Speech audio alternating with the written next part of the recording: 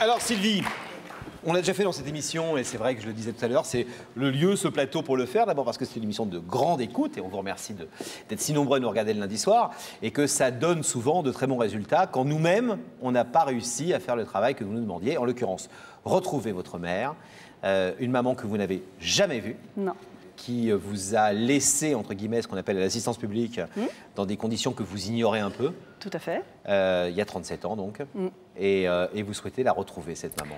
Ben oui, j'ai besoin de boucler la boucle, en fait. C'est-à-dire que, en fait, j'ai une trilogie. C'est-à-dire qu'il y a Chantal de Buire, le nom sous lequel je suis née. Chantal de Buire, c'est le nom sous lequel votre maman vous a laissé. Voilà, à la DAS. Ça, c'est une première partie. Après, il y a Sylvie Liobet, donc, en tant que jeune femme. Et puis après, il y a en tant que femme mariée. Donc, j'ai une idée de qui est la deuxième, la troisième en tant que femme mariée, mais j'ai besoin de boucler la boucle. Qui est la première. Qui est la première. Alors, il faut dire que vous avez été adoptée par une famille formidable. Vous avez eu une enfance, une adolescence tout à fait normale et heureuse. Ouais. Et c'est à peu près à 25 ans que vous avez eu tout d'un coup le besoin, le désir de connaître vraiment vos origines. Voilà, c'est-à-dire que j'ai eu une famille extraordinaire, des parents qui m'ont apporté tout ce que des parents peuvent apporter à un enfant. Donc, qui sont toujours là auprès de vous? Oui, ils sont toujours là, bien sûr, et ils me soutiennent dans toutes mes démarches. Et bon, il y a effectivement cet aspect-là. Maintenant, il y a quand même des séquelles, en fait, affectives, obligatoirement, que ce soit dans les relations amicales ou amoureuses. Il y a obligatoirement cette question, pourquoi on m'a abandonnée? Pourquoi la personne qui doit vous apporter un amour absolu n'est pas là. N'est pas là et ne m'aime pas. Et ça, c'est une question qui est très lourde à porter. D'autant souvent qu'on doit se dire c'est un peu à cause de moi.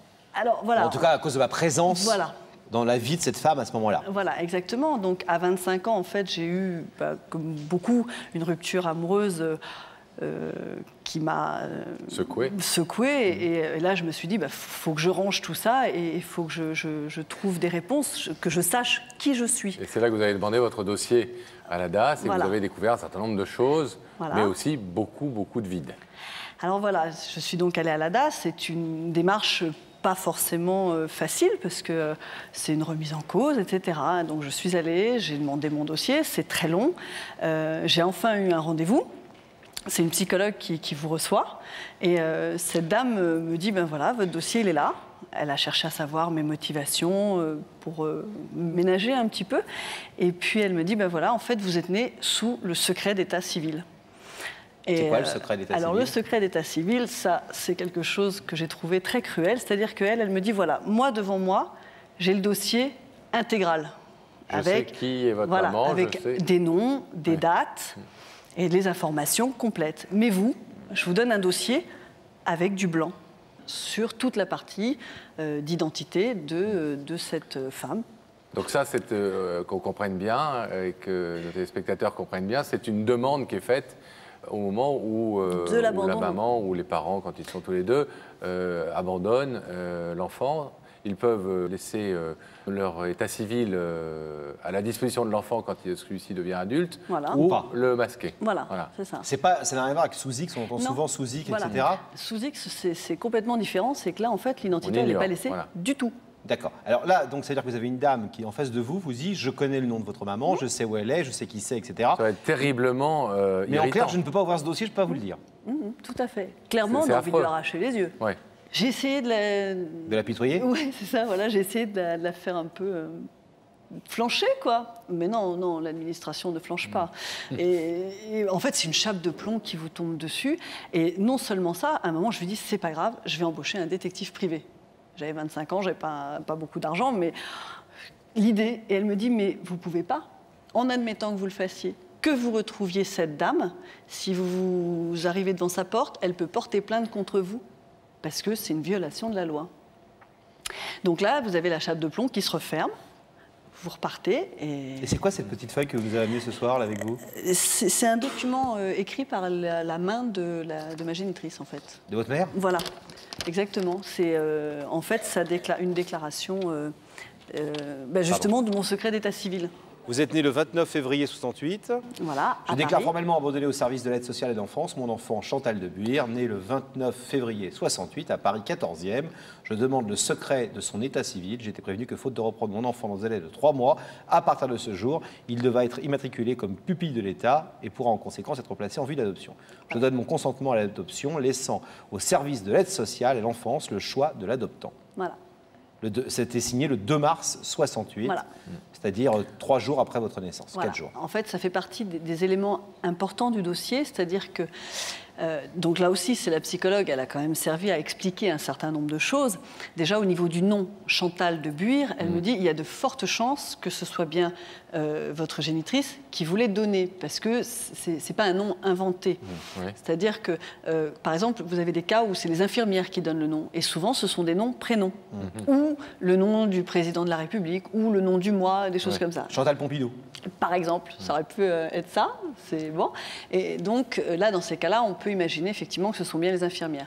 Là, la psychologue qui m'avait reçue m'avait dit... De Gaulle en plus. Vous auriez appelé Chantal de Gaulle. Oui, moi, c'était encore de Gaulle. Enfin, c'était la limite, hein. Il n'était pas trop loin de... Et donc, elle me disait qu'effectivement, c'était probablement elle qui m'avait donné ce nom-là. Donc, ça peut être un nom qui a un lien avec elle...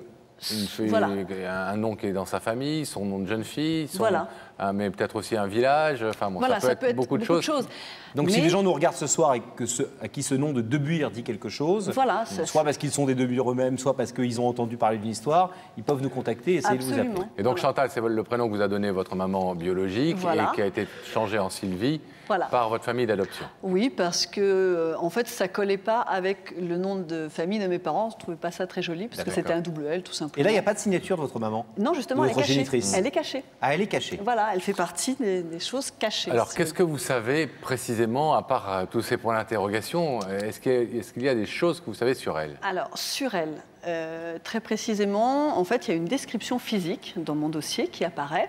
Donc, c'était une jeune femme châtain foncé, avec les yeux verts, le visage ovale, qui mesurait 1,58 m, qui avait un CEP de sténodactylo et de religion catholique. Et vous savez dans quel hôpital vous êtes née? Alors, je suis née à Bodeloc, c'est la maternité de l'hôpital arrondissement Cochin, à Paris. Voilà. Et si vous voulez, pareil, pour les enfants abandonnés, c'est vrai que parfois, on peut se poser la question de la véracité de l'endroit où l'enfant est né. Or, moi, je suis restée en surveillance médicale pendant 3 mois, puisque je suis née avec un poids insuffisant. Donc, en l'occurrence, on peut imaginer que je suis vraiment née là, quoi. Et au vu aussi des dates, elle est venue là, accoucher dans cet endroit-là, dans le but de me laisser, puisque je suis née le 29 février et qu'elle a signé tous les documents lors de sa sortie le 2 mars. Donc, tout porte à croire que je suis vraiment née à Bodeloc. Et ça veut dire qu'elle savait que vous aviez des petits problèmes de santé, puisque vous êtes resté 3 mois à l'hôpital. C'est rare qu'un bébé reste 3 mois à l'hôpital quand je ne sais pas si elle l'a su. Vous dites que vous avez des problèmes de poids. Oui, mais quand une femme vient dans le but d'abandonner son enfant, il s'en va. Une fois que que l'enfant est sorti, elle ne le voit pas. Ou elle le voit 30 secondes, mais il n'y a pas de contact, puisqu'elle vient vraiment pour ça. Et on ne cherche pas à la voir. Donc peut-être qu'elle ne le savait pas. Pas d'autres infos sur cette maman, évidemment pas d'infos sur votre père. Ah bah alors là, sur le géniteur. Sur le dossier, c'est marqué, elle est restée muette. Donc là, c'est clair. Et puis, c'est marrant. Moins important pour voilà, vous. quelque part, il n'y a pas ce C'est une maman biologique, en tout cas, que vous cherchez ce soir. Vous êtes mariée? Je suis mariée, oui. Avec 2 enfants? Non, depuis quelques mois. Déjà. Par contre, j'ai 2 enfants qui ont 3 ans et 20 mois. Qui sont de votre mari? Ah oui, là, par contre, oui. On a fait dans le désordre, mais quand même ensemble. mais c'est raccord. C'est tout raccord. Bon, et dans votre rôle, dans votre vie de maman aujourd'hui, est-ce que ça a eu une incidence, cette histoire personnelle? J'imagine que oui. Mais est-ce que de manière concrète, ça a eu une incidence au-delà des problèmes psychologiques qu'on peut avoir? Votre premier enfant, par exemple, ça a été un... Non, en fait, j'avais résolu mes problèmes affectifs, etc., avant. En revanche, ce qui est vrai, c'est que jusqu'à leur 10e mois, j'ai toujours été très attentive à ce qu'ils soient bien. C'est-à-dire pas les laisser pleurer trop longtemps, voilà. Parce que moi... Vous avez dû en faire des sacrés capricieux, alors? Eh bien, pas du tout. Ah, j'ai rien dit. Pas du tout. Figurez-vous, monsieur, pas du tout. Ils sont très bien, mes enfants. Ils sont très bien élevés. Non, mais en plus, quand je les ai eus, l'infirmière m'avait dit, il ne faut pas laisser un nourrisson pleurer. Ça ne sert à rien. Et en fait, au contraire, ça les aide à prendre confiance. Mes enfants, ils dorment, le soir, vous les couchez, ils dorment, et on ne les entend pas. Donc, non, mais c'est vrai que j'avais une attention particulière. Un petit peu différente, un petit peu particulière. Si votre maman regardait par hasard cette émission ce soir... Ou quelqu'un à qui votre histoire évoque des souvenirs... Il y a quelque chose qu'on a oublié quand même de préciser par rapport au dossier, qui est très important, c'est que, malgré tout, elle a déclaré avoir un autre enfant. Donc, avant moi... ça, c'est dans le dossier. Ça fait partie des choses. Par contre, je ne sais pas si c'est un garçon ou une fille. Je n'en ai pas la moindre idée. Certainement un frère ou une sœur. Alors, certainement un frère ou une sœur. Abandonné comme vous? Alors, a priori, en 68, quand moi j'étais dans les bureaux de la DAS, non, parce que mes parents adoptifs ont fait une demande par rapport à ça. On dit, voilà, est-ce qu'il y a un frère, une sœur? Parce qu'ils l'auraient pris avec moi. Donc, a priori, en tout cas à cette date-là, il n'était pas du tout dans les services de la DAS. D'accord. Donc, on peut considérer qu'elle en avait déjà un et que deux, c'était une charge qu'elle ne pouvait pas assumer. Donc, ça fait partie des informations importantes du dossier aussi, parce que peut-être que lui ou elle, je ne sais pas pourquoi, dans ma tête, c'est un frère. C'est un frère. Ça, je crois que ça fait partie des... C'est les inconscients, voilà, l'inconscient qui fonctionne. Ouais. Mais bon, peut-être que cet enfant connaît quelque chose, quoi, aussi. Bon, si votre maman nous regarde ce soir, on ne sait jamais, est-ce que vous voulez lui dire un petit mot? Est-ce que vous voulez dire un petit mot à cette femme que vous ne connaissez pas? Bien sûr. Regardez, il y a une caméra qui se met au rouge là-bas. Allez-y. J'espère que tu regardes cette émission. Sache que si je fais cette démarche aujourd'hui, c'est en aucun cas pour m'immiscer dans ta vie. J'espère que tu as réussi à construire une vie agréable et heureuse pour toi. Moi, j'ai juste besoin de savoir pourquoi et un petit peu qui tu es aussi. Il faut que tu saches que je ne te juge en aucun cas, qui que tu sois et où que tu sois. Je ne te juge pas pour le présent, pour le passé. Je ne te juge pas du tout. Donc, à partir de ce moment-là, le contact, je pense, peut s'établir. Et enfin, s'il y a un autre enfant avant moi, c'est vrai que j'aimerais le connaître ou la connaître. Et donc, voilà. Donc, si tu peux prendre contact, j'en serais ravie. Voilà. Peut-on vous appeler Chantal quelques instants ce soir? Je ne sais pas, en tout cas, pour évoquer quelque chose dans l'esprit d'une personne qui regarderait, on l'espère, mais bon, on va dire Sylvie, puisque c'est votre prénom, c'est celui sous lequel vous avez grandi. Tout à fait. Donc le numéro et l'Internet, il y a toutes les références pour, si jamais l'histoire de Sylvie évoque quelque chose pour vous, que vous soyez ou non cette maman biologique qu'elle recherche, contactez-nous, évidemment, et on transmettra ces informations à Sylvie. Sylvie, vous savez que c'est ce qu'on appelle une bouteille à la mer. Clairement, bien sûr. C'est-à-dire que les chances sont faibles, évidemment. Je pense qu'elle pourrait difficilement être plus importante en même temps qu'avec le nombre de personnes qui regardent cette émission. C'est sûr que vous donnez toutes les chances, en même temps elles sont faibles. On espère néanmoins qu'il y aura des échos.